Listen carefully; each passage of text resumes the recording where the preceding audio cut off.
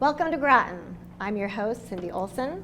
Today we will be talking about the proposed Groton school budget for 2026 with our guest, Groton Public School Superintendent Susan Austin. Welcome, Susan. Good afternoon, Cindy. It's been, what, a year? It seemed like it went by so fast. It really did, too fast. And I know you've been super busy. I guess we should just get to it. Yeah. Can you tell us about where you are in the process with the school budget for 2026? Well, just this week we had our public hearing with the town council where the superintendent's budget has now become the Board of Education's budget for 2026. And I have to commend our Board of Education since it is Board of Education Appreciation Month and week. And they have worked tirelessly. When I first proposed the budget coming in early January, like the first week of January, they had at least 3 meetings a week, all of January, all of February. Some of those meetings were 3 to 4 hours a night, going through every detail. And we had kept a tracker sheet, which kept us looking at efficiencies and things that we felt were really needed, or the board really felt were needed after some of the losses that we took last year. Right. So what would you say the biggest challenges have been? Well, one of the biggest challenges was we had our business manager resign, and so, but there's always a silver lining. You know, we accepted the resignation, and the team at central office came together with me and really were able to evaluate what had been done and almost recreate and make a model and bring in a 6.5% initially budget. That's excellent. At $93 million. So it was real teamwork, and the building principals were terrific too. So it was a good experience for us as a team. It was a team, yeah. Go math. Go math. What are some of the major changes from the superintendent budget to the approved Board of Ed budget? Well, the board was really looking at budget priorities. And like I said, when Art Besser went away, we lost 124 positions of staff. And many of them were our tutor positions, which are really essential in helping us close the gap and helping students with achievement. Our teachers are absolutely essential, and in every school budget, three quarters of the budget is really staff and benefits. That's what we give our kids in schools today. We give them their teachers, their paraeducators, their tutors, you know, their nutrition, you know, the custodians. It's all those people that support a school, which are so essential. But I would say the priorities were really wrapped around increased student achievement. And in that, we have enhanced literacy, K through 12, especially focused on science of reading in K-5, which is legislated, and it's always happened in Groton, but it's happening even better because of some of the choices we've made and some of the suggestions from our teaching staff and our teachers in literacy, our literacy specialists. So that has been essential. We're also increasing the rigor and relevance of mathematics, and of course that was my expertise, and I'm really excited about that. K-12, looking at the Connecticut core standards and really emphasizing that. Adding some high-dose tutoring, which we did lose. We had a grant for it in between, and so we're adding some of that. That was one of the priorities of the board. And then amplifying the science standards as well. College and career readiness is really essential, and we used to talk about only the college part, but it is so essential thinking about kids in pre-K through 12 education, knowing what they're good at and what they love to do, and thinking about what are potential careers in their future. And because we have intra-district magnets at the elementary school, and we have this amazing Groton Middle School, which is an IB middle years program with STEAM as a component, really live and well, the arts and the math and science and robotics. And so all those things help children to understand better what their proclivities and their passions are as they go to high school, and then we have a whole career pathway at the high school that is absolutely amazing. With junior ROTC for military sciences, with a nursing program that is doubling every time we look at attendance and enrollment. So culinary is a big hit, business is also, and then of course the STEM fields. Oh my gosh, there's so many more options. And and that's just a little component of increasing our student achievement and getting kids college and career ready. Our children also, we've doubled the numbers in AP, IB, and ECE, which is UConn credit.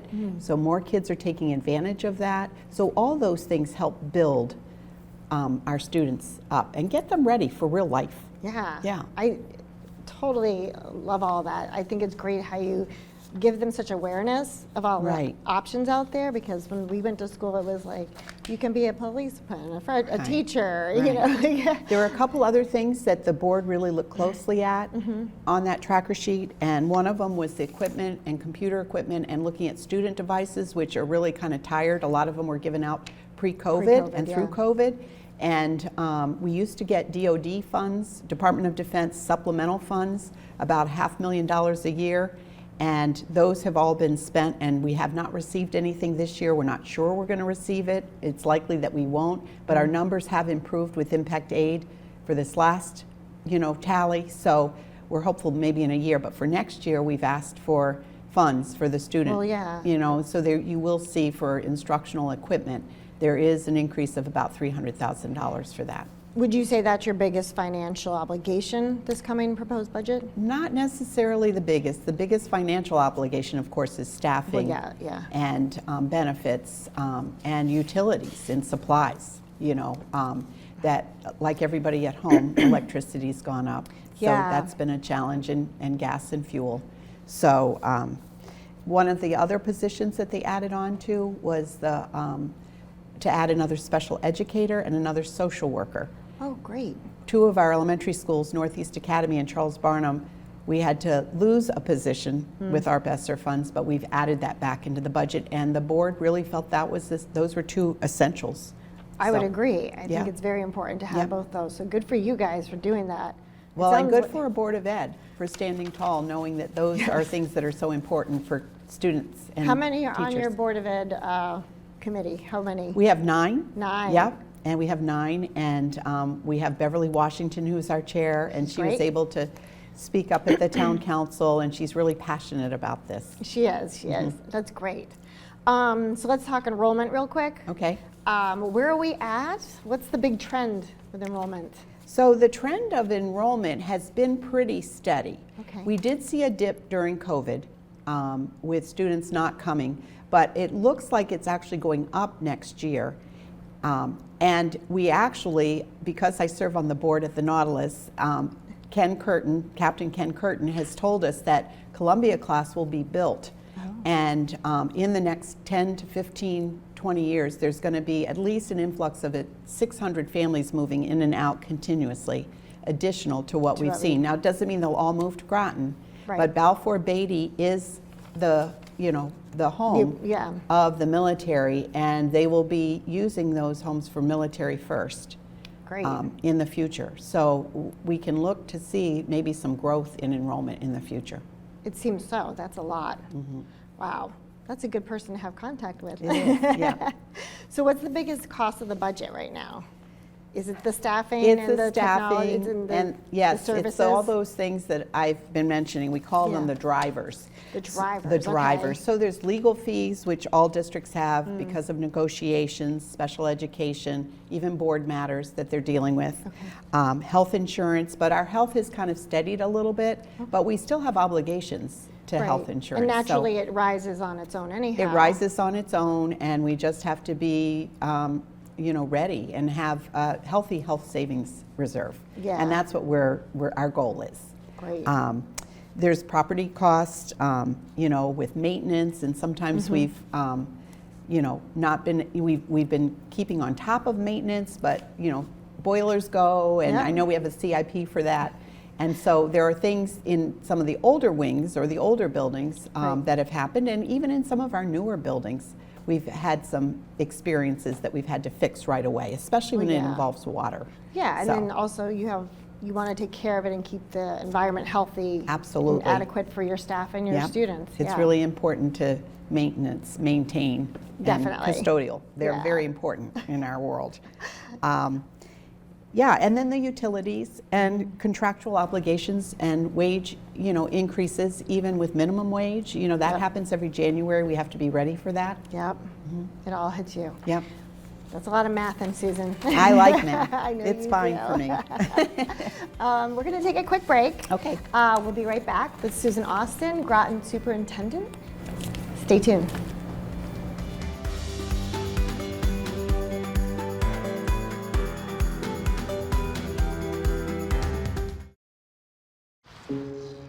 Dear moms and dads, what you have achieved here today is going to help us and our futures. It is why we are coming up on stage to collect your diplomas. You know it's true. Mom, we love you always. Everything I do. When you graduate, they graduate. Visit finishyourdiploma.org to find free and supportive adult education centers near you. Hey, boss. Okay. Said I'm fine.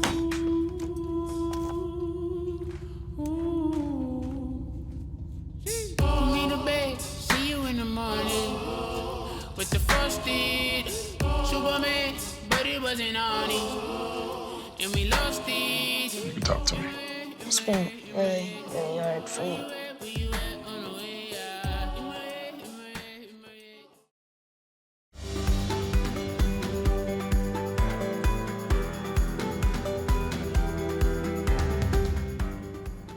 Hello, welcome back.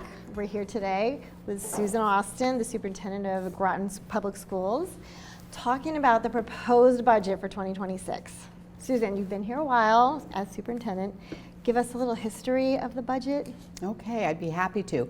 I've actually worked on the budget since 2014 when I arrived with Dr. Michael Grenier. And the goal was always for finding efficiencies, for doing the best we could for education and for our students, but also finding efficiencies. So there were quite a few years where we brought in 0% budgets, 1% budget, less than 1% budget, 2% budget, and it wasn't until recently, really during COVID, when we were given extra ARPA funds that we were able to maintain those still low budgets. But after that, probably in 21, 22, 23, we came in with a 2% budget, and or close to 3%. Last year was an anomaly. It was there were a lot of inflationary costs. ARPA was going away, so we were losing all those positions, and we really cut back. But even with the cutting back, there were additional staff with nurses that had been in the town budget and now are in the school budget. But we were even able to have DOD supplemental funds help support that. Okay. So there were additional costs, and that brought us to a 7.91. And that was difficult, but we really were supported by this community, and we've been able to work with that quite well this year. Okay. So when we went to keep track of and use this tracker in presenting and pulling this budget together, we were looking for efficiencies at the same time that we were looking for what are the things that are missing in this year's budget that we lost because of the ARPA funds. Right. And as I told you, I specified there were a couple teaching positions, special ed, social work, the tutors were important, the technology piece was really essential, that we needed that, and and we were able to put that all in this package to bring up the budget, and our increase is about 7.28 for this year. But when we look back historically, when you look at all those zeros, ones, and twos, and then even throwing in the 7, it's about a 2.14% annual increase overall. That's great. And Groton actually, when you look at whether in our location and our neighbors, with our neighbors, when you compare us to our DERG, which are other alliance districts, we are really at the lower end. We're below the state average in per pupil spending, and we're one of the lowest ones. We're not the lowest, but we're one of the lower districts, which I mark as an efficiency task, that we really have been efficient. Definitely. So our neighbors in the towns around us, we're right there with them. Except Ledyard is a little lower. Okay, There are a couple that are a little lower, but Yeah. we're and we're below the state. That's great. Well done. Well, it's still, we're asking, for, basically a 7.28% increase And we know that that's something, but we also have looked at revenue, and revenue is pretty strong this year. And we hope it stays that way. Yes, we do, we do. But I mean, everything you're asking for is a necessity. It's not a fluff. Right, no. Yeah. No, we've really scrutinized this budget to find there's no extras in here. Right, so all all your school needs met with this budget? Well, you always say, are they ever all met? Right, exactly. And with a military district and with a transient district like ours, with children who really go from New London, Norwich, and Groton, Ledyard all the time, we own all those kids in southeastern Connecticut. They're ours. Those superintendents and I talk about it because we know these kids and we know we share them. Yeah. And it's important that we try to make it as stable as possible. But typically, we'll have 800 students come into the school in a year. Sheesh. And about 650, 700 leave us. There's always a little net gain, but you've got a lot of kids moving in and out, so supply costs and other costs, are really tremendous with that kind of an influx. Yeah. I would say our teachers are really good at getting to know kids quickly, assessing them, and being able to manage that. But it is a challenge. And one of the other things, because of our military background, not only do we get the impact aid, and the impact aid funds, much of it goes to the town to support. That's one of our big revenue sources. But the other thing is we've gone after a Department of Defense Education Activity grant since 2014 when I first arrived with my team. And every year we've really received one, and this year I think is number 10 that we're going for, and it will be for mathematics, which is my baby. And we're really looking forward to enhancing the mathematics with tutors and with maybe some new materials, and always professional learning. Well, yeah. So those grants, there is some staffing to support the management of the grant, but we actually put most of the resources in those grants in things that will be sustaining, like professional learning that can be continuous. Continuous, yeah. And like supplies that we can use, like technologies. So that has been a real benefit to us. That's great. Yeah. Speaking of money coming in or money not coming in, ARPA. I know that's a big thing on everybody's tongue even now. How did that impact you guys? The tutors was a huge hit. Anything else? There were other staff. There were some social workers. Hence, the social work position is really important because we have 2 schools that do not have that for them, and that's Charles Barnum and Northeast Academy. And it's really important. That was top on the principal's list. I had the principals do kind of their wish list of what are the most essential things, what are their priorities, and they shared that with the board, and the board listened to their priorities. Yep, absolutely. That's so important. Yep. I like that they listen. They do. And They do. that they put it into action as well. Right. So Right. what a great team you have. So contingency funding. Kind of touched on it here and there. Yeah. Anything else you want to add on that? Well, the contingency funds were really the board's idea because last year we had so many property damages and we didn't have contingency funds. Oh. And we had insurances that helped support, and we actually went to the town at one point thinking we might need their help, but we were able to manage through the year. And I do think that the town manager did provide some assistance with a couple things, which was helpful. But we really want to be able to take care of that. Right. So between contingency funds and non-lapsing funds, which we've been granted, that at the end of the year, if there are non-lapsing funds, those can also be used for any emergency. The other thing that we have is negotiations and contracts. Yeah. And we do 4 years, which is terrific because it's you a little- more sustainable, and we have a lot of unions, so we Sure. want to make sure that there are funds in there to support that Yeah. negotiations. And a little breathing room between to catch your breath and realign. Right. Wow. Okay. So with the uncertainty of the federal government right now and the reorganization, how are you guys feeling the impact could possibly be for your proposed budget? Well, we're actually in a group with military-connected districts across the nation.